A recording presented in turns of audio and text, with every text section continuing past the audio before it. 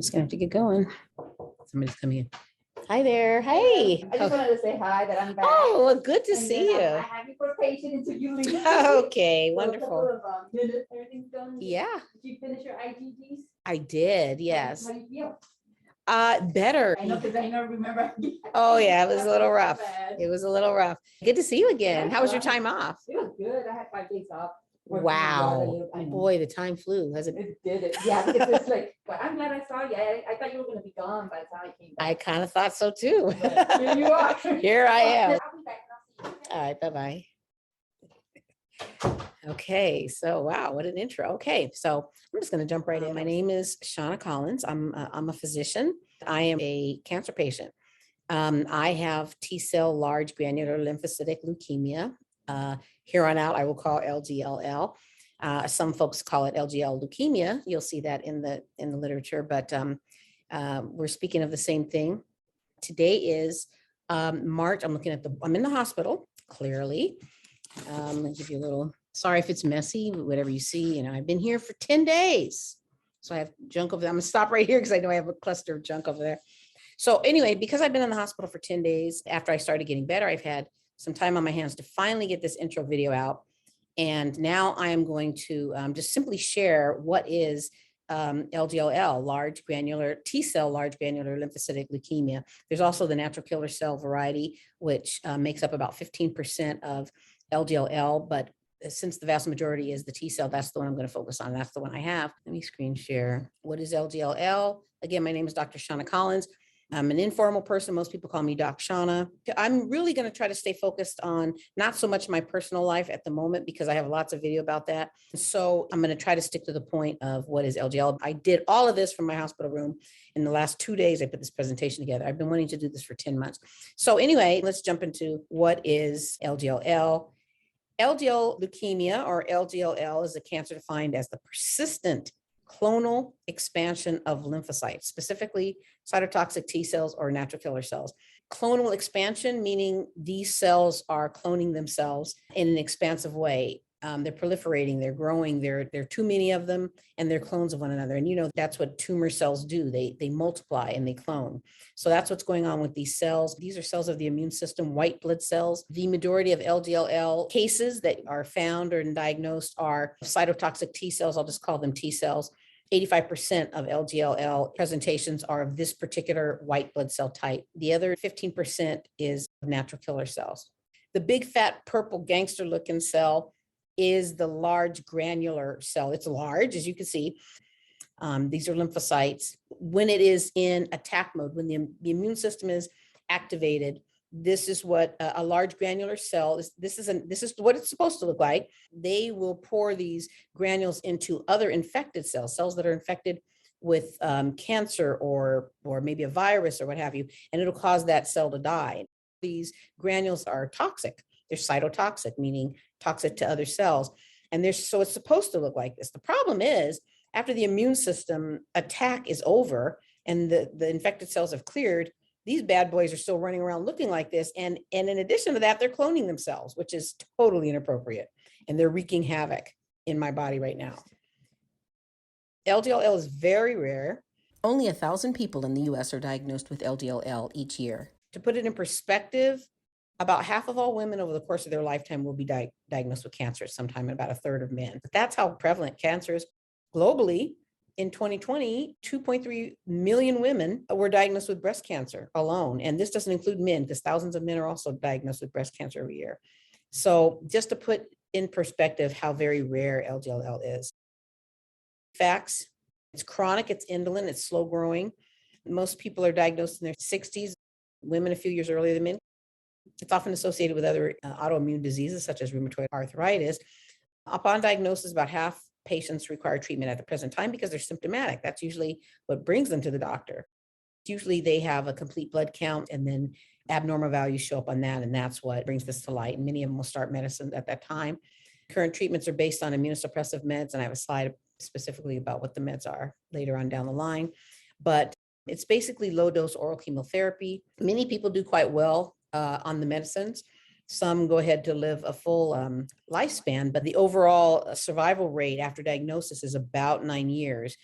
People usually die due to complications related to infections or recurrent infections because the white blood cell line called neutrophils go low, and that's a condition called neutropenia. Neutra meaning neutrophils, penia meaning little amount. And so when those are low, the body can't fight off infection as well. And people usually die of infections and complications related to infections. Most LGLL patients have a STAT mutation. What the heck is that? So here we go. Bear with me on this slide. STAT stands for signal transducer and activator of transcription. It's a transcription factor, meaning that it transcribes DNA, ultimately to produce whatever molecule that is programmed for the DNA. Hold on, someone's at the door. Hi there. Hi, how are you doing? Oh, it's fine. Just doing a little Zoom meeting here.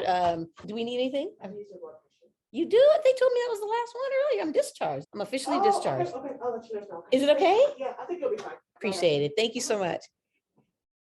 It is a Zoom meeting. I'm on Zoom, and I'm meeting with you. Anyway, so let's see here. So where was I?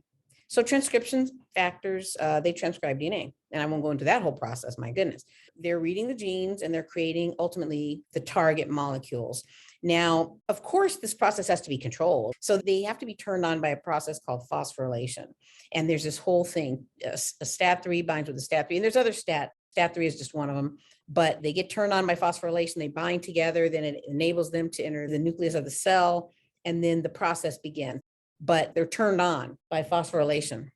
Well, these STATs are rogue, okay, because there is a mutation and they're turned on, they're activated, but independent of what they normally need to be activated, which is this phosphorylation process. So the STAT is turned on independently and it's not readily turned off. So it can potentially be continually transcribing these target genes and producing the byproduct, and it produces various molecules. And so you have it running amok. In addition to the STAT being turned on independently and continuously, maybe not all the time continuously, but way more than it should, and not easily turned off, LGL cells, they're resistant to apoptosis, which is programmed cell death. So the LGL cell will usually die when its job is over, largely due to apoptosis, because that's what they're programmed to do. Their job is over. But these will persist because now there's also this activation of survival pathways, and there's lots of these survival pathways involved. I won't get into all that. JAK-STAT is a big one in the literature. I see it all the time. And basically, these cells are surviving when they should die. I'm not going to go over each one of these things, just a quick overview of the cells in our blood. The neutrophils on the left, that's relevant to our talk because low neutrophils is neutropenia, and your immune system is not strong enough to fight infection. If you have severe neutropenia, that's what many people end up dying of, like I mentioned, complications due to infections and recurrent infections. Now, you see also on the left middle where it says small lymphocyte. So we have lymphocytes, and there's several kinds of lymphocytes. Like I said, for this talk, we're going to focus on the cytotoxic T cell. We'll just call the T cell. But other cells in blood, there's your red blood cells that carry oxygen throughout our body. And you have platelets, and the other cells that you see are all white blood cells. So we have white blood cells, red blood cells, and platelets. I borrowed this slide from the University of Virginia. You can see the credit down there. But the overall umbrella type of cell that we're talking about are white blood cells. So these are the types of white blood cells on the top. And then out of the white blood cells, we're going to focus on lymphocyte. And then out of the lymphocytes, for the sake of LGLL, we're talking about T cells and natural killer cells. If you were to look at the blood on a healthy person, you're going to see more neutrophils than lymphocytes. In the person with LGLL, you have neutropenia. Again, as I mentioned, low neutrophils, and you have an abundance of these lymphocytes because it's the lymphocytes that are the large granular lymphocytes, okay? So you have a lot of them. Those are the ones that are expanding. They're cloning themselves. So you have a whole bunch more. That's what you see in the LGL. The right side is the picture that you see in the LGL patient. To make the diagnosis of LGLL, there's two parameters. You see an abnormal increase in the LGLs, which are, the large granular lymphocytes. And again, large granular lymphocytes are normal to see, but you usually only see them in a small percentage. We see this increase on a blood smear and a test called Flow Cytometry, which we're getting ready to get into. The other thing you see is clonality. These are clones. They're cloning themselves. And this can be seen on another test called a T cell receptor rearrangement, or TCR test. I'm going to show you my own personal flow cytometry and TCR test in just a moment. Let's talk a little bit more about what we expect to see. The cells of the immune system can be identified with flow cytometry. If you look to the left, you'll see a cartoon of the T cell and the markers that sit on top that are called CD markers, and CD stands for cluster of differentiation. And what cells of the immune system do is when there's a cell that is infected with, let's say, a virus or tumor particles or bacteria, we call all these things antigens, which means they're foreign to the body.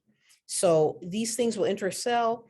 The cell will break these things up. They will present the pieces of the antigen on their surface, and they're kind of waving it like a flag, like, hey, look here, this isn't part of us, this is abnormal, this is a foreign body, come and take care of this. So here comes like a T cell or other cell of the immune system, and these markers, these CD markers that you see, will bind to them and sample them and say what's going on here, and then it will say, okay, this is foreign and we're going to launch an attack, and then this whole immune attack happens. But these CD markers, they're molecules on the surface of these immune cells. And as far as flow cytometry goes, CD markers help identify what type of cell we're dealing with. So you see the B cell has its own unique CD markers. You see their different numbers. They've been labeled differently. And then the T cell does, and all the different cells have their own markers. Now there's some overlap, but generally speaking, you could tell by which T cell markers are present on a cell versus which are absent. And these will help to identify a cell. Like for instance, on the right, you see here, I wrote that a cytotoxic T cell, we call that like a CD8, or we call a helper T cell a CD4 plus sign there, meaning positive. Some cells are just as well known for the negative markings, like the absence of CD markers. So the markers are picked up on flow cytometry, and that's how you'll know. If you take a blood sample through flow cytometry, you can see the proportion of what cells are in a blood sample. Here's markers that identify LGL T cells, and here's some that identify NK cells, but this is not always strictly the case. The body does not follow any textbook. Also, flow cytometry quantifies LGLs. So if you can recall, one of the parameters is that there's an abnormally high number, it's 10 to 15% must be seen. And if they have the specific markers and the markers are persistent, somebody has this going on for about 6 months or so, then the diagnosis of LGLL could possibly be made. But you don't make it alone just on a flow cytometry test, or just this test or just that test. You have to put the whole picture together, and the diagnosis can be confirmed by another test called the T cell receptor test. So we're going to get into just a little bit more biochemistry here and genetics, and then we're going to get back to simpler conversations.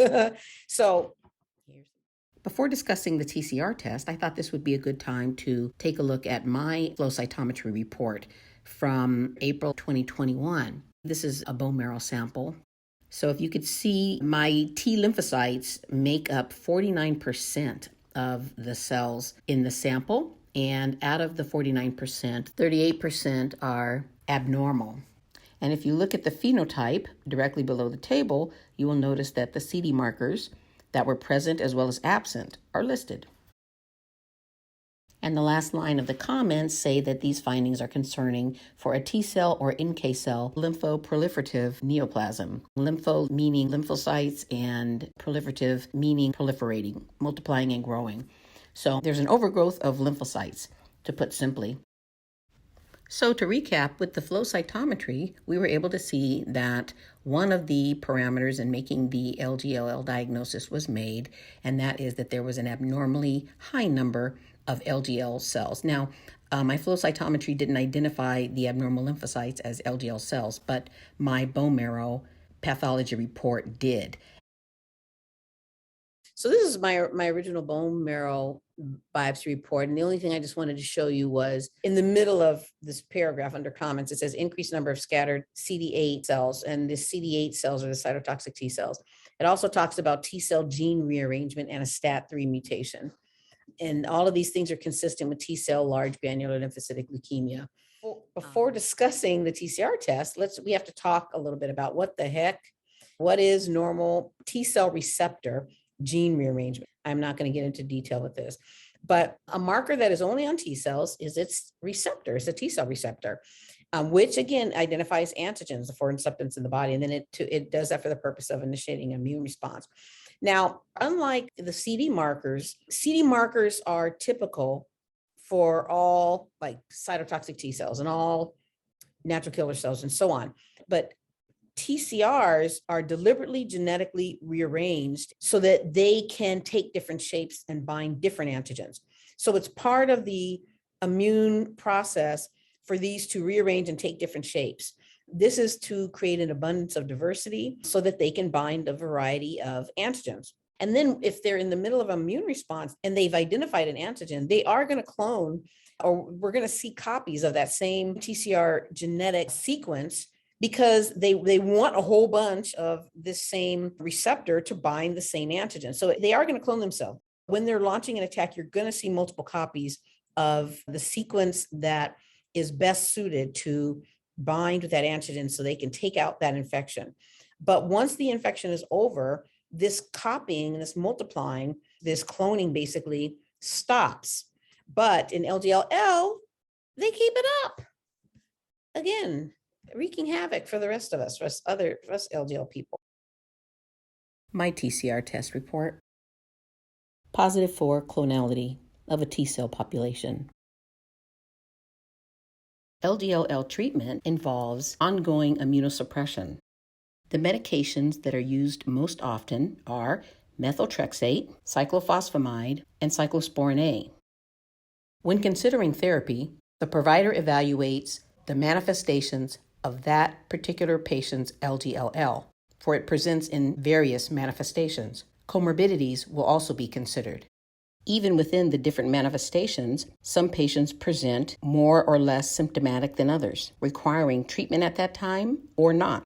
Some may have anemia, thrombocytopenia, low platelets, neutropenia, low neutrophils, rheumatoid arthritis or other autoimmune conditions. Some may present with other cancers. Some may have splenomegaly, an enlarged spleen, or other comorbidities, which may make them a better candidate for one particular medicine to start with over others. For instance, it's been shown that patients with the STAT3 mutation are more likely to respond to methotrexate. It's also the preferred drug when treating patients that may also have rheumatoid arthritis, neutropenia, or other autoimmune conditions. Cyclophosphamide seems to be a good treatment option for those with profound anemia. Genetic carriers of a specific allele called HLA-DR4 are shown to have a better responsiveness to cyclosporin A. So there are many considerations when prescribing treatment for a specific LGLL patient. Each patient should be considered uniquely. Minimum treatment time before effectiveness of the therapy is considered is 4 months. Maximum treatment time is lifelong. It's not uncommon for the initial therapy to not work, or possibly it works, but the side effects are intolerable, or it works, but for a limited period of time, for instance, 2 to 3 years. When this is the case, another medication will be tried. If that fails, a third. If that fails, possibly a combination.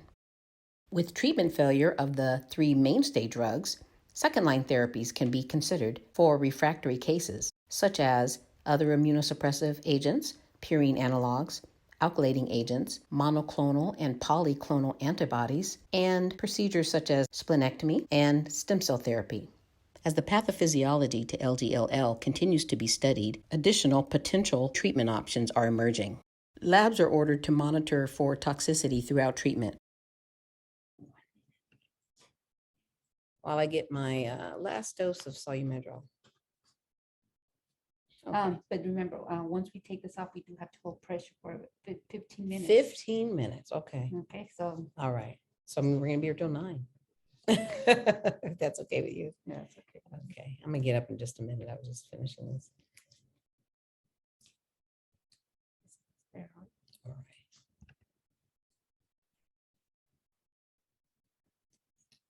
Thank you. Wait, hold on. My husband's texting. I'm in the hospital. You have to forgive me. Sorry, people. Okay, so let's go look at some labs real quick, and then I think we're going to be done. Screen share. They're going to be pulling this line out of me. Sure.